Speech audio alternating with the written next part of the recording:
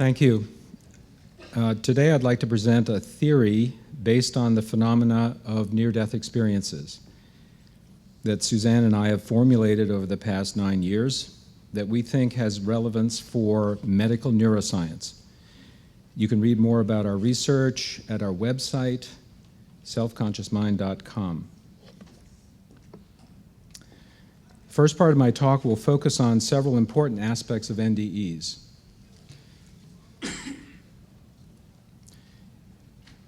So first, let's look at the so-called causes of NDEs.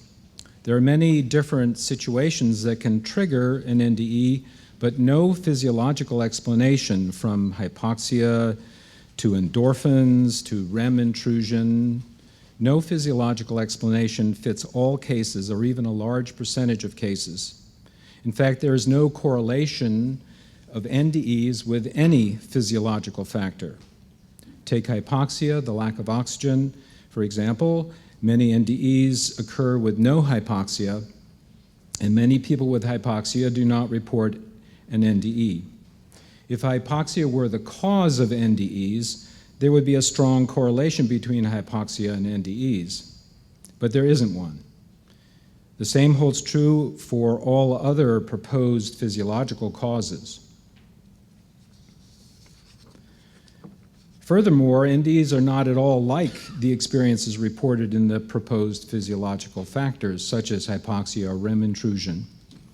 NDEers nearly always report that they have had a hyper-real experience that far outshines our ordinary conscious experience, that they felt the NDE realm was their true home, permeated by unconditional love, and that they are no longer afraid to die. These characteristic aspects are simply not present with hypoxia, REM intrusion, and so on. And interestingly, a recent study by Vanessa Charland-Verville and Stéphane Laurès and colleagues at the University of Liège in Belgium compared NDEs occurring in non-life-threatening situations, such as during sleep, fainting, meditation, etc., and those occurring in life-threatening events leading to coma, such as cardiac arrest. They compared both the intensity of the NDE, measured by the Grayson NDE score, and the NDE content, namely the number of NDE scale elements reported. So using the Grayson scale, comparing NDEs at both ends of the spectrum, non-life-threatening situations versus coma situations. Their analysis showed no difference in intensity or content between the non-life-threatening NDEs and NDEs occurring with coma.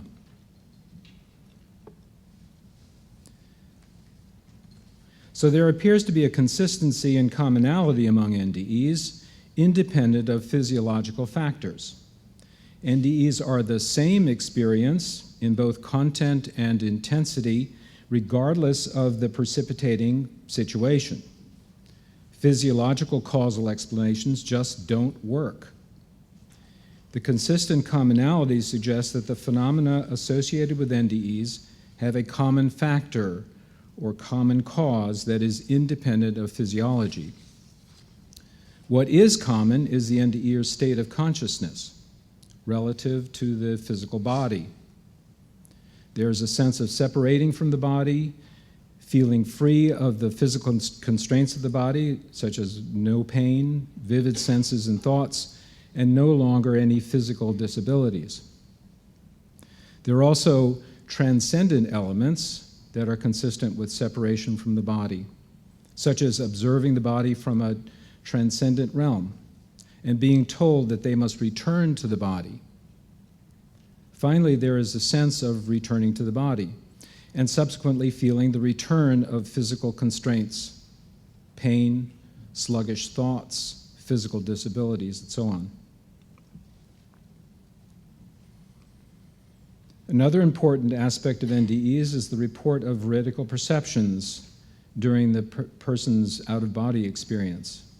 These are perceptions of real people, places, and events that occurred when the NDEer was clinically dead, unconscious, or in a coma, and the perceptions were later verified. The NDEer reports that their perspective is outside their physical body and outside the physical line of sight, sometimes in a completely different location from the physical body.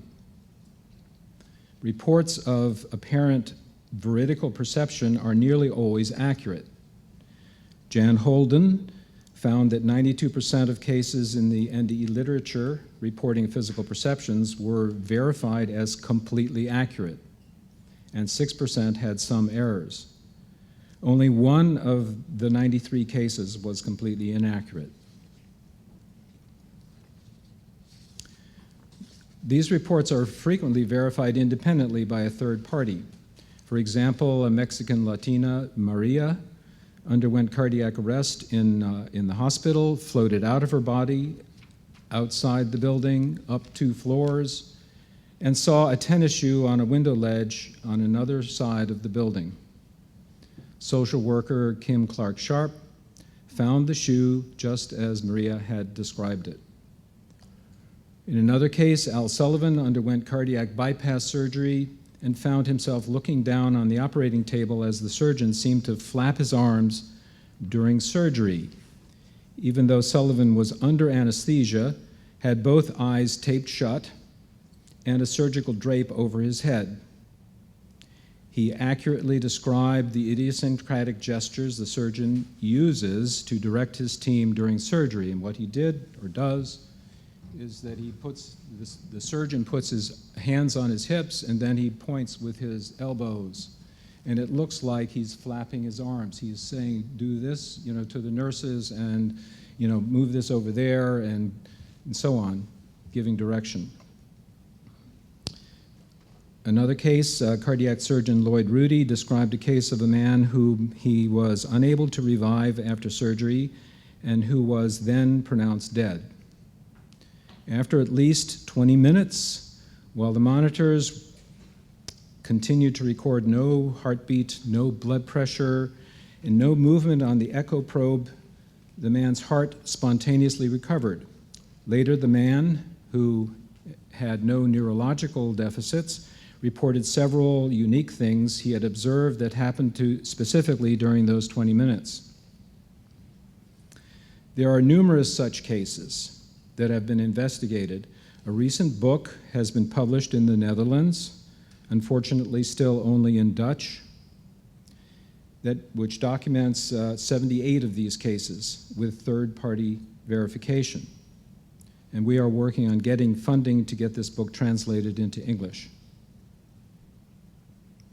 Cases of veridical perceptions during an NDE provide the best evidence that consciousness appears to operate outside the physical body, with no apparent supporting brain function.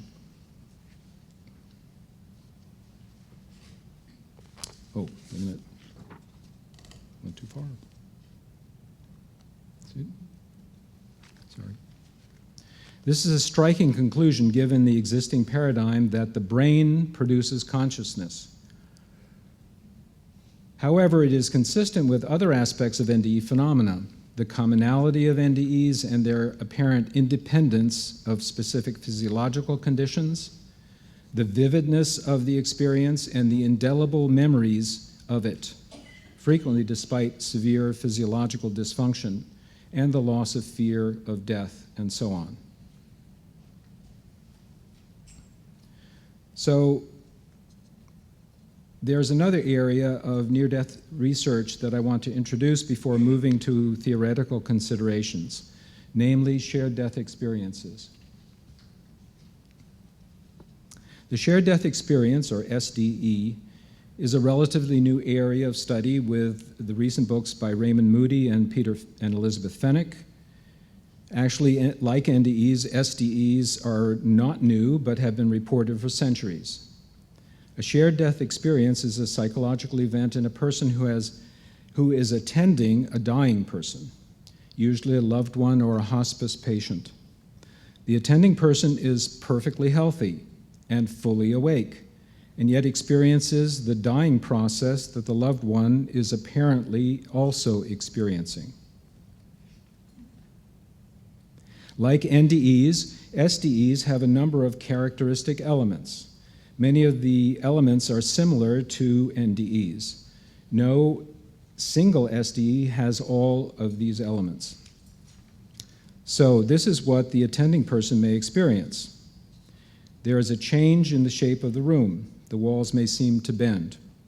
There is an unusual light, sometimes of golden in color, and in the room may be filled with beautiful music. The spirit of the dying person appears to lift out of the body as a whitish mist, sometimes with sparkles or an energetic movement.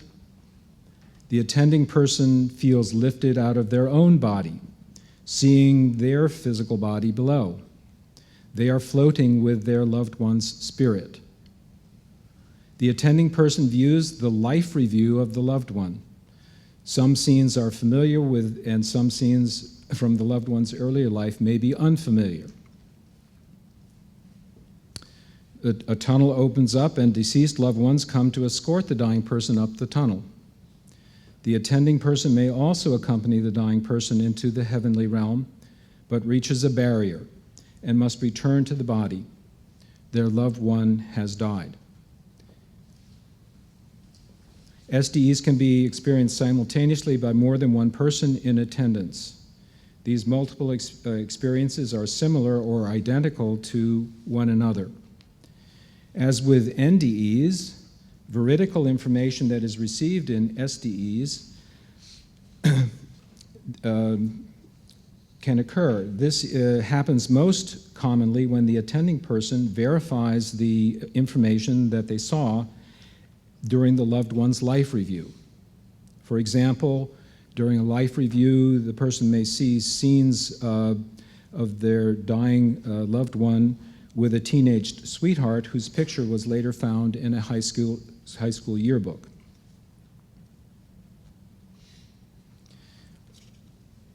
SDEs indicate that being in the presence of a dying person can influence the consciousness of those who are nearby, particularly if there's an emotional connection to the person.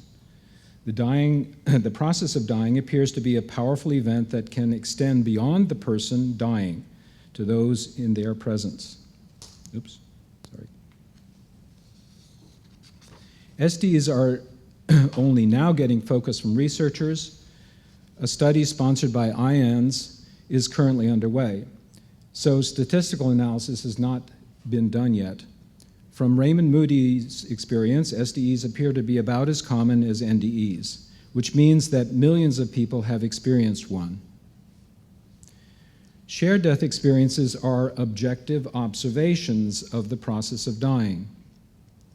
The observer is healthy and awake, and yet observes the apparent separation of the dying person's soul or spirit from the body, and then goes on to observe many of the same elements that NDEers report in their experiences. So, does the SDEer observe what the dying person actually experiences? Is the experience really shared? We can't say yet that the experience is actually shared. However, there is a class of experiences Suzanne and I would like to call shared near-death experiences, which start out like an SDE, a shared death experience, but the dying person doesn't end up dying, but rather has an NDE. In those cases, we can compare the SDEers' observations with the NDEers' experience. We are aware of one case like this, but we were not able to confirm what the NDEer experienced. If such cases can be documented, then we should be able to say conclusively whether these experiences are shared. Because of their similarities, NDEs and SDEs are mutually corroborative. The SDEer observes the dying person going through the same experiences that an NDEer does, including separation from the physical body. The main difference is that the NDEer returns to life, whereas the dying person dies. The SDEer herself also experiences many of the same elements as an NDEer. The main difference is that the SDEer is perfectly healthy, whereas the NDEer is frequently near death. The fact that the SDEs occur in healthy, awake individuals and include many of the same elements occurring in NDEs further strengthens the sense that both NDEs and SDEs are objective events in the world, rather than mere brain-based subjective hallucinations. I want to point out that other phenomena around death, such as terminal lucidity, are also mutually corroborative with NDEs and SDEs. Terminal lucidity is the unexpected return of mental clarity and memory shortly before death in patients suffering from severe disorders such as dementia and schizophrenia. In a typical case, a patient with severe dementia who for years has been incoherent and amnesic becomes mentally clear, recognizes family members, and speaks coherently again shortly before dying. The brain has not miraculously healed because the person usually lapses back into dementia after the episode of clarity. And I want to mention that there will be a presentation about an ongoing study of terminal lucidity tomorrow afternoon, so please be sure to see it. Now, Raymond Moody and Peter Fenwick are both researchers in the broader phenomena surrounding death, including shared death experiences, deathbed visions, and physical phenomena at the time of death. They, each in their own way, have commented to the effect that the phenomena around death appear to be part of a common picture of the mind and brain during the dying process. Implicit in their statements is the idea that these phenomena are real. We, namely Suzanne and I, assert explicitly that NDEs, SDEs, and related phenomena are objectively what they appear to be. They are objective realities.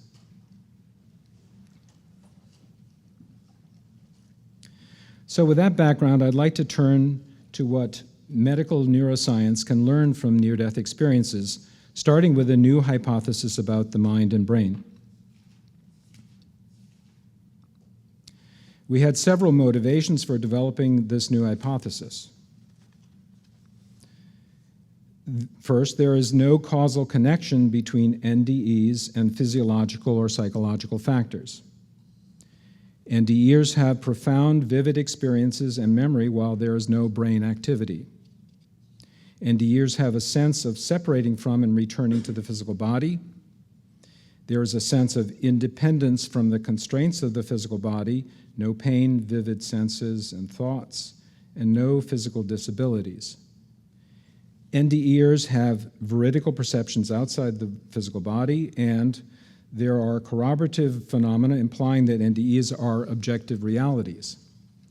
The implications of these points are that, first, that consciousness appears in certain circumstances to separate from and operate independent of the brain. And secondly, that consciousness is an objective entity in itself. So we propose a mind entity hypothesis based on NDE phenomena. Ordinarily, the mind and body are bound tightly together. However, when there is a physical trauma or shock, the consciousness, the mind, may separate from the body and operate independently. Afterwards, the mind reunites with the body, but the connection between the mind and body has changed in some way, and there are after effects. In this hypothesis, first, the mind is an objective autonomous entity that, under unusual circumstances, can separate from and operate independent of the brain. Second, there is good evidence from NDEs that when the NDEer is out of body, the mind entity can interact energetically with physical processes. This is one of the major objections to this kind of dualistic view of the mind and brain. How could they possibly interact? Well, evidence from different NDEs includes feeling a slight resistance when passing through a solid wall, feeling energetic sensation when interacting with another person's body, touching and tickling the nose of another patient until she sneezed, and merging with another person's brain to see and feel what they are seeing, feeling, and thinking.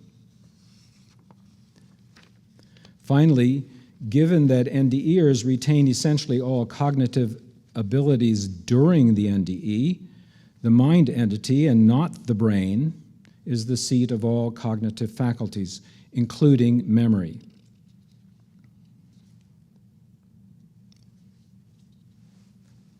So ordinarily, the mind entity is united with and dependent on the brain's electrical activity for consciousness.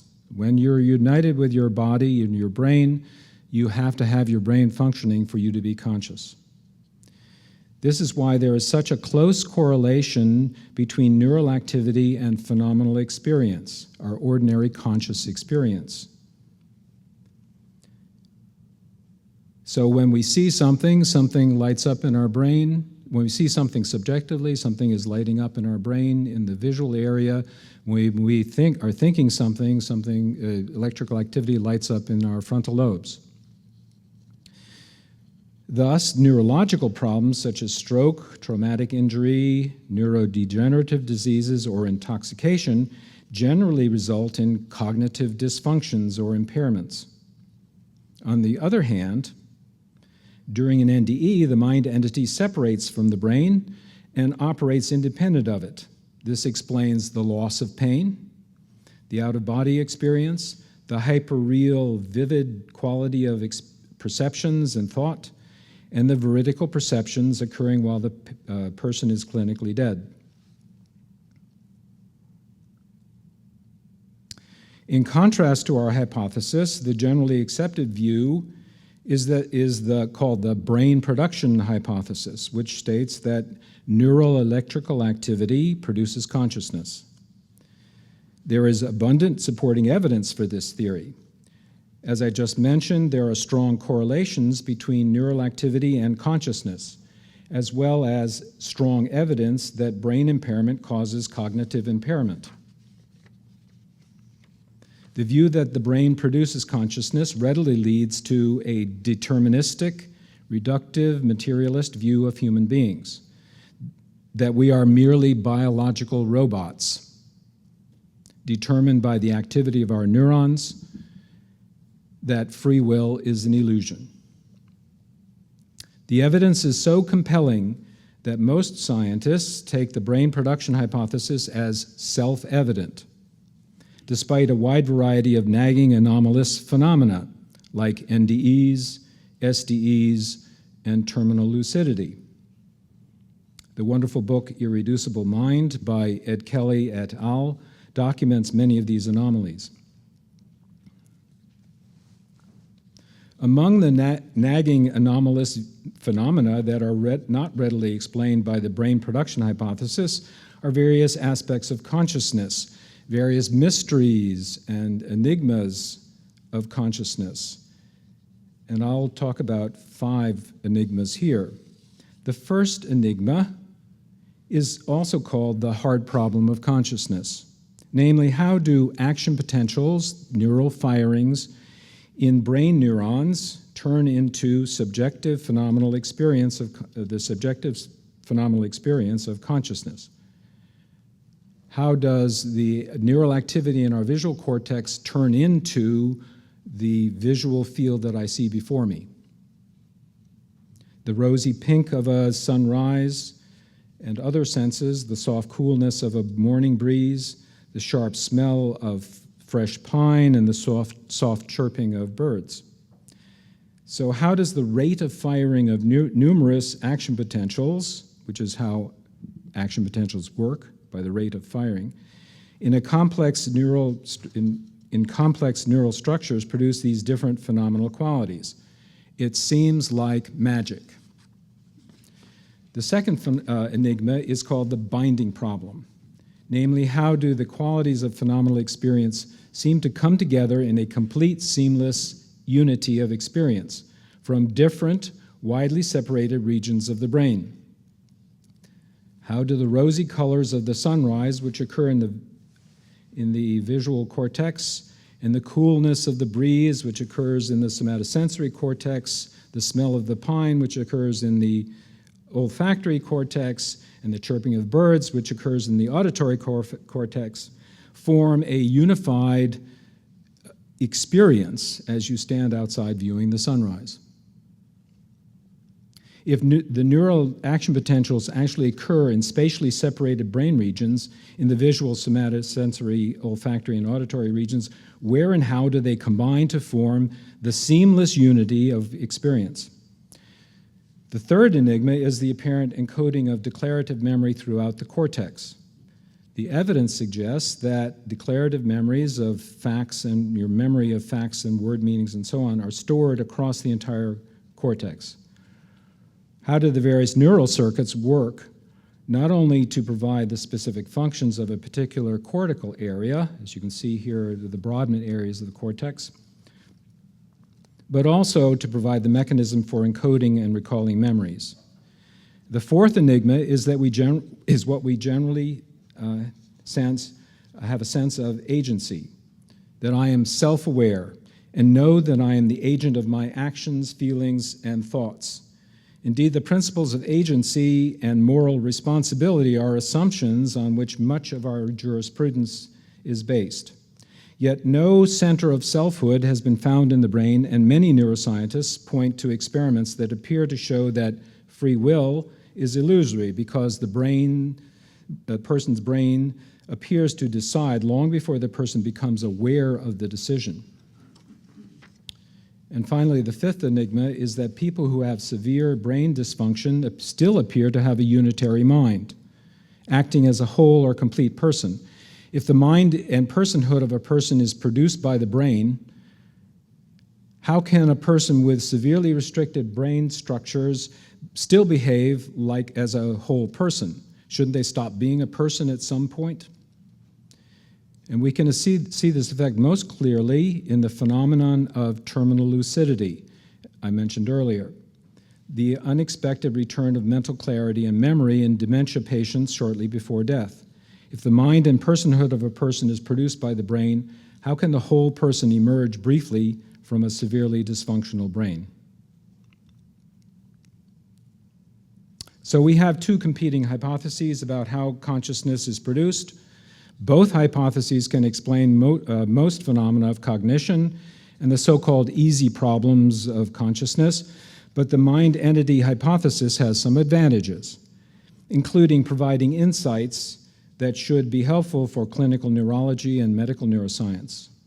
In addition, the mind-entity hypothesis can begin to explain the enigmas of consciousness. So phenomenal experience, the experience of the qualities, subjective experience of qualities,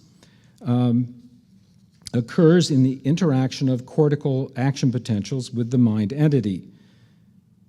So there is a seat of consciousness that is interacting with the brain, and that's where the qualities arise. The phenomenal experience appears as a unity because the mind, as the seat of consciousness, is unitary. The disparate elements of phenomenal experience are unified within the mind. Even though they're occurring in different areas of the brain, the mind brings them all together into a common place and common experience. Memory is stored in the mind entity, and NDEers' memories of their experience are typically vivid and indelible despite the NDEer being clinically dead. The NDEer will say that their memory of the experience is as vivid as when it happened. They can remember and even relive every detail. In ordinary consciousness, while in the physical body, our declarative memories of facts and word meanings are formed and recalled through the different brain interfaces with the mind. The sense of agency is the sense of a person the sense a person has of being an autonomous mind entity. The mind is the person. The mind entity initiates all volitional actions, to move, to direct attention, to think, and to speak, and so on. And that initiation within the mind then works in the brain. And finally, we see the reflection of the whole person in a person whose brain is severely dysfunctional because the unitary mind itself is whole and complete.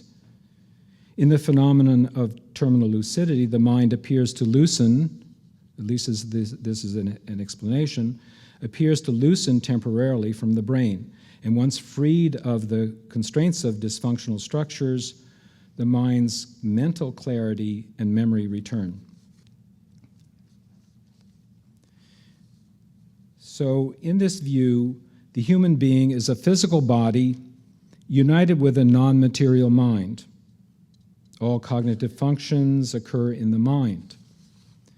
The mind, or psyche, or soul, or spirit, is the seat of the person's consciousness, the essence of the person, as Kenny Arnett likes to say, the noetic person, as Viktor Frankl has proposed.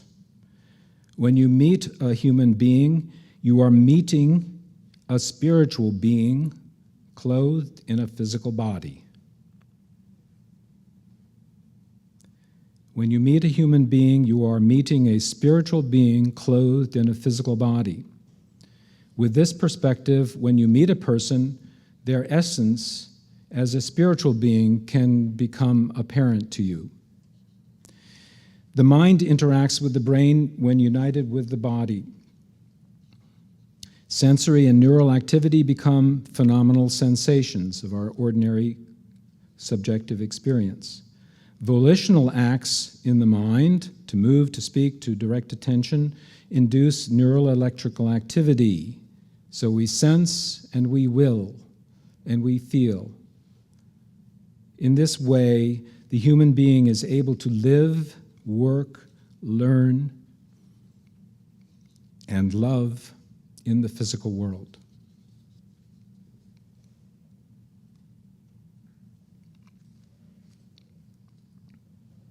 I'd like to turn now to what medical neuroscience can learn from near-death experiences, building on the mind entity hypothesis.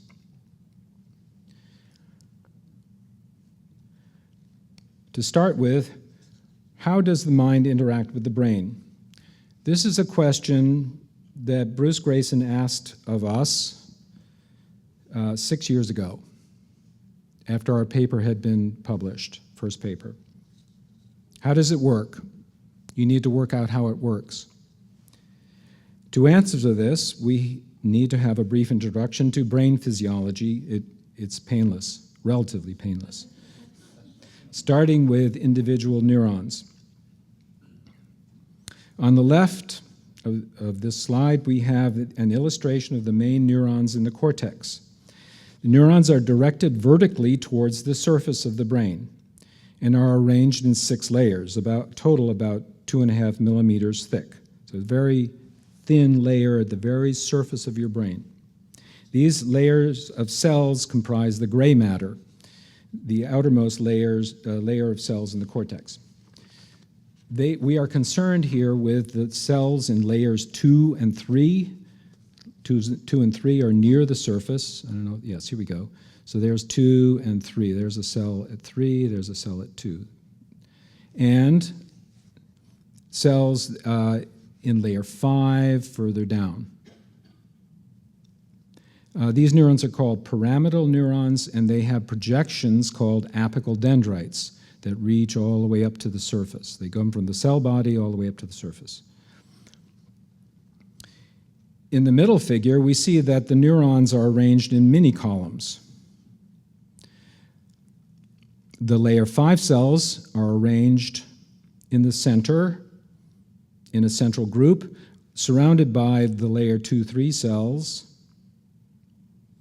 About 100 mini-columns then make up what is called a column, which is about 0.5 millimeter wide. And that's a picture in the cortex. Each cortical column has a specific function in that region of the cortex. For example, the right figure here shows a mapping of the functional columns in a region of the visual cortex that is sensitive to different line orientations in the perceptual field. The columns are color-coded in the figure. They aren't that color in the brain. And for example, red-coded columns are sensitive to horizontal lines. So that's sensitive to horizontal lines, that one is. And the blue ones are sensitive to vertical lines. And the yellow-green are sensitive to lines in the middle, and the darker blue and purple are sensitive to lines that are at an angle. So that's the way the brain is structured, the cortex is structured. So we propose that the interface between the mind and brain occurs in the gray matter at the surface of the neocortex, within the functional columns. So within these set of columns, the mind is interacting. The interface specifically occurs in the apical dendrites of the pyramidal cells, which conveniently stretch towards the surface.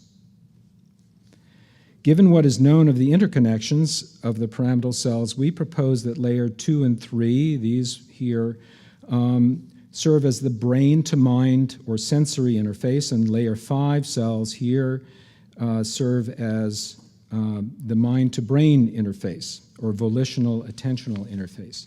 So how this works is that the mind senses the action potentials of layer 2-3 cells via the propagation of action potentials. Similarly, the mind initiates action potentials in layer 5 neurons, again via the apical dendrites. And we suspect that the mechanism for the mind's interaction is via specialized ion channels in the dendrites, a detail you don't need to worry about. When the mind causes these channels to open, the neuron generates an action potential. So there's a way for the mind to induce the neuron to fire.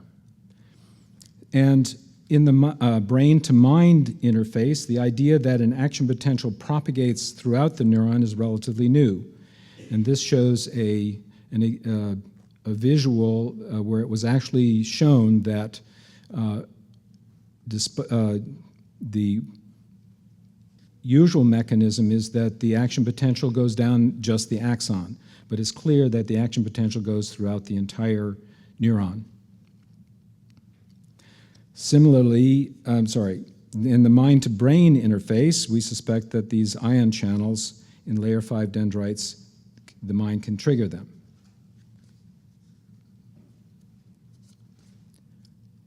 Okay. Now I'd like to present a little more detail about the mind-entity hypothesis to give a sense how the mind and brain work together in this view. The basic model of the mind is no longer an organ that produces consciousness, but an organ that interfaces between the body and the mind. So the neurological function should now be viewed as the result of two processes. First, neurological processes in the brain, and second, the non-material mind as the seat of the person's consciousness. And the two processes work together. So to reiterate, in ordinary consciousness, the mind is completely dependent on the brain to become conscious. Benjamin Libet, shown here, found that there is a process we call coming to awareness, where there needs to be a minimum duration of electrical activity for a stimulus to come to consciousness, generally 1/3 to 1/2 a second. Sensory awareness doesn't happen instantly. There's a similar process which we call coming to decision, where awareness of volition doesn't happen instantly either. So a decision is first made and the concept is first thought subliminally, and the decision or thought comes to consciousness after the mental action is reflected in the brain's neural activity. You have to wait for your decision to happen, to be reflected into neural activity, for you then to be conscious of, oh yeah, I decided that. I decided that, and I realized that I decided that earlier. And in this way, the brain seems to hold back consciousness. it provides resistance to consciousness. And this, of course, is confirmed by NDEs who report lucid thoughts and awareness while outside their bodies. In this theory, memories are stored in the mind, not in the brain.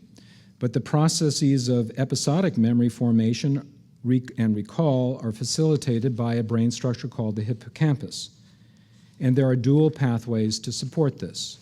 As an experience occurs, the sensory, motor, and mental neural components activate hippocampal neurons at the base of your brain and induce memory formation in the mind. And then in the memory recall, the hippocampal cells interface with the mind and reactivate the same sensory and mental neural components, but at a lower intensity. And this would explain why we can't find where the memories are. Yes, there's long-term potentiation, et cetera, but the memories appear to be everywhere in the brain because they're everywhere in the mind. So from a clinical perspective, the mind entity hypothesis can provide insights that can result in improved clinical outcomes and a greater understanding of the underlying mechanisms in brain function. A major implication of the mind entity hypothesis is that the patient's mind is whole and complete despite brain dysfunction. So even in a dementia patient, that person is still there, whole and complete, but being blocked by their brain severely.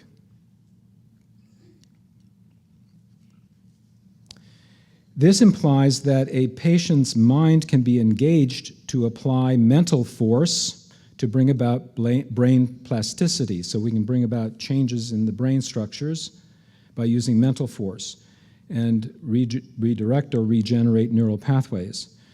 The idea of mental force was developed in the 1990s by Jeffrey Schwartz, shown here, for treating cases of obsessive-compulsive disorder. We believe this concept has general application in clinical neurology because the mind is the main factor in cognitive function. Based on this theory, we can distinguish two types of brain dysfunction. The first type of dysfunction is where the underlying neural circuitry in your brain, where the mind is not working, where the mind can't exert its normal influence or receive the brain's normal outputs. For example, disruption of the basal ganglia circuits results in Parkinson's disease. Damage to sensory pathways results in sensory deficits.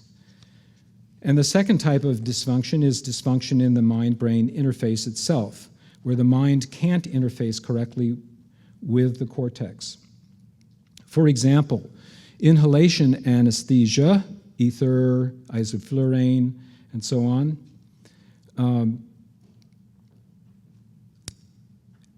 disrupts the ion channels embedded in the neuron cell walls and reduces electrical activity, and we propose that disables the mind-brain interface. The patient loses consciousness.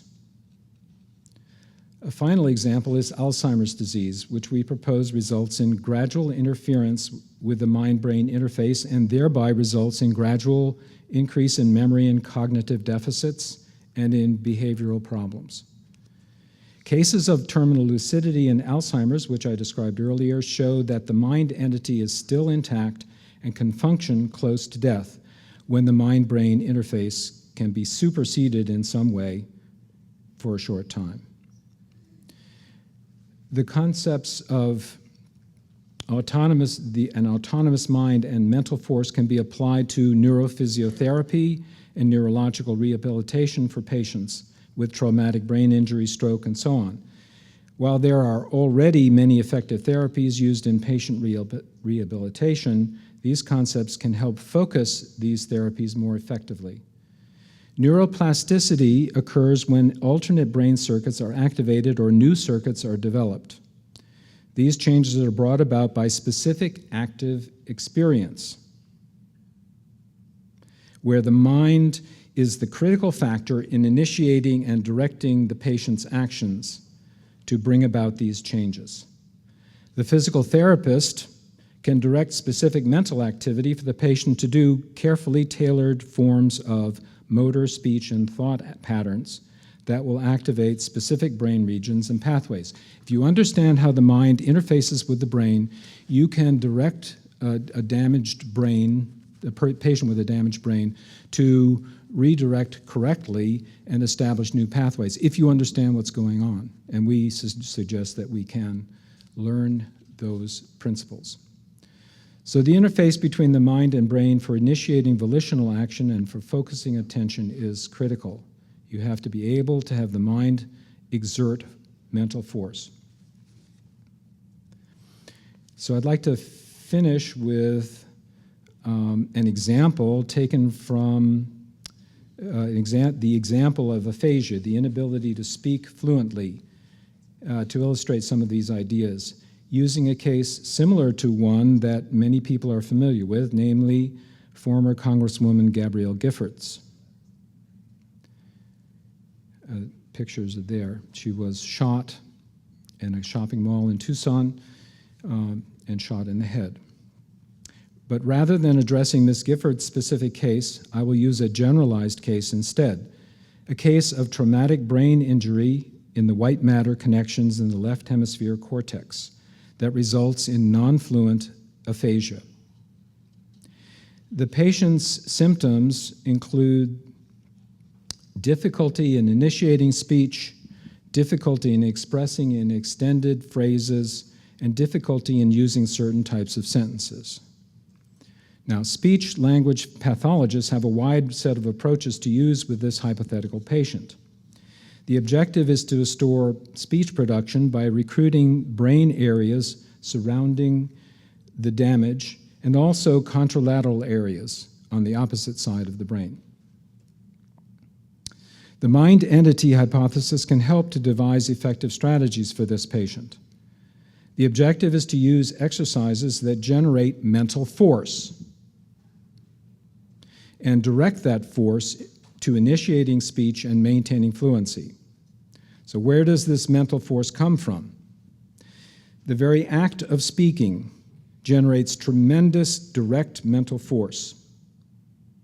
In addition, cerebellar pathways, that's the cerebellum in the back of the head below the visual cortex, provide additional force from established patterns of speech.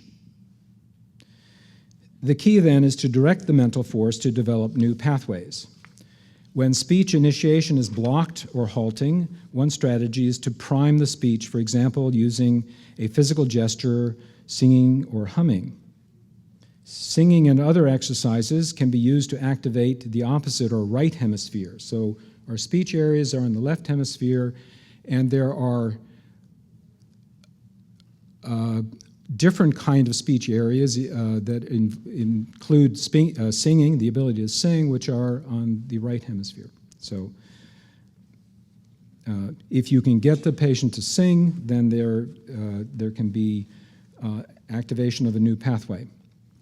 In addition, the cerebellar pathways that support repetitive speech patterns can be used to reestablish speech fluency. Similarly, movement exercises that are done while observing the therapist make the same movements will have additional mental force from what's called mirror neuron activity. Now, mirror neurons is a kind of very ill-defined category. When you observe a person doing something, parts of your brain become active. The same parts that are active when you do the same activities. You see somebody waving their hand, then the left part of your motor cortex has some, or the premotor cortex has some activity because you're seeing a person waving their right hand. In our theory, mirror neuron activity actually reflects the subliminal mental force that is activated when a person observes another person doing something. And so you can use that force. If the therapist does something with a particular gesture, the patient can then do that same thing with the same gesture, but have the additional mental force of the so-called mirror neuron activity. And another method is transcranial direct current stimulation, which can be used during therapy to encourage development and use of alternate neural pathways. So what happens is you have a battery and a powered device, which then is put on some part of your brain, your head, over a particular brain region, and it causes excitation of those specific brain regions. And when those are excited, that lowers the threshold needed for neural activation, allowing the new pathways to be established and strengthened. So many of these ideas are not new to speech-language pathology, but what is added is the viewpoint that the patient has an intact mind that can exert mental force, if properly guided, to effect neuroplastic changes. So to conclude, I'd like to bring us back to the big picture and summarize the main points of this presentation. NDEs, NDE, SDE, and terminal lucidity phenomena suggest an alternative way to view the brain, mind, and consciousness compared to the current brain production hypothesis. The mind entity hypothesis proposes that the mind is an autonomous entity that interfaces with the brain to produce consciousness.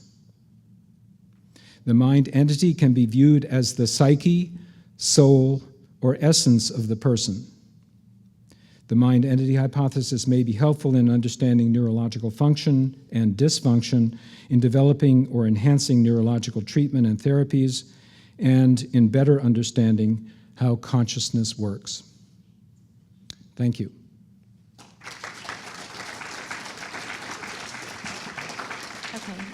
When you were mentioning with the layer 5 and the ion channels, I was fascinated because I felt like with the mind, brain, wouldn't that be highly significant with spontaneous healing? And is that what you're proposing when we find a way to open that then we get a clearer communication, which then is what helps spontaneous healing? The answer to that is a fascinating idea, and it corresponds to our experience using people who have, we have done some experiments with interaction with the brain, and using people who are healers who have,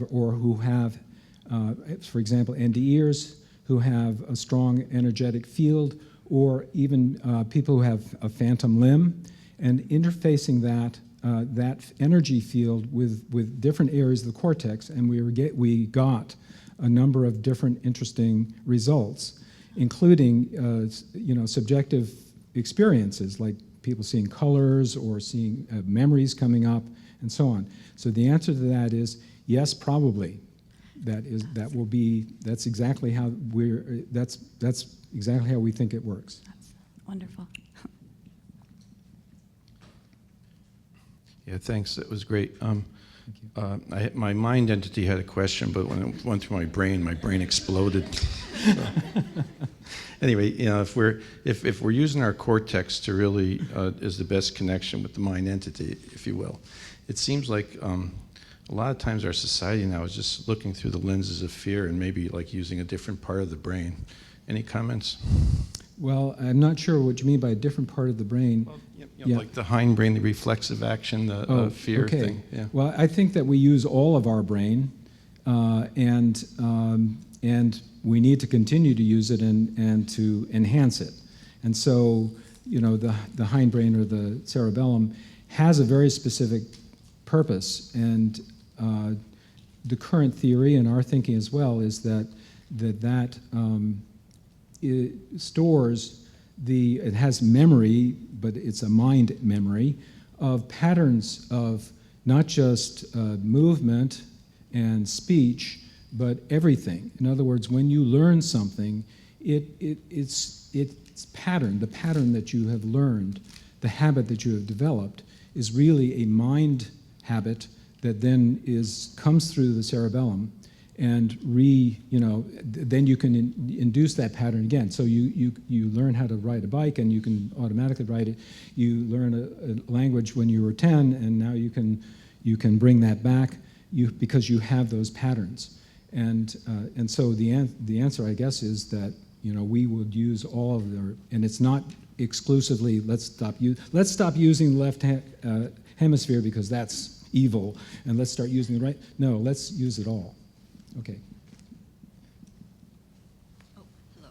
Hi, my name's Nancy Baumgarten. I'm fascinated with your phrase, mind-entity. In my research, I've been researching the word biofield, okay, or mind field from Valerie Hunt of years ago, Infinite Mind, and I'd like to know if your use of the word mind entity might be correlated with the word field. Yes, actually, in earlier work, we have called it an energetic field of consciousness. Okay. A field is a region of space, and the mind entity is in a region of space, and beyond, and that has certain properties. And so when I'm in my body, there is a field of consciousness in my body as well, which is my mind. Why did you, if I may ask politely, why did you choose the word entity instead of field?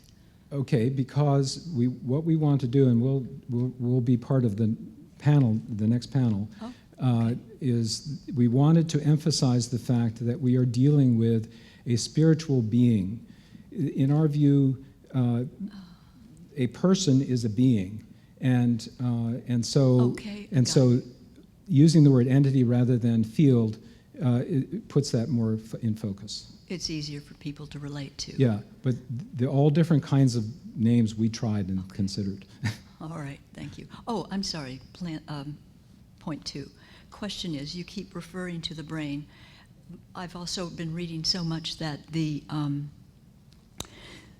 heart and the gut both have as many glial cells as the brain. So in fact, we have 3 brains. Yep. Is there any research that can get to these 2 pieces, or is that way too preliminary to ask that question? That's certainly preliminary for us. Okay.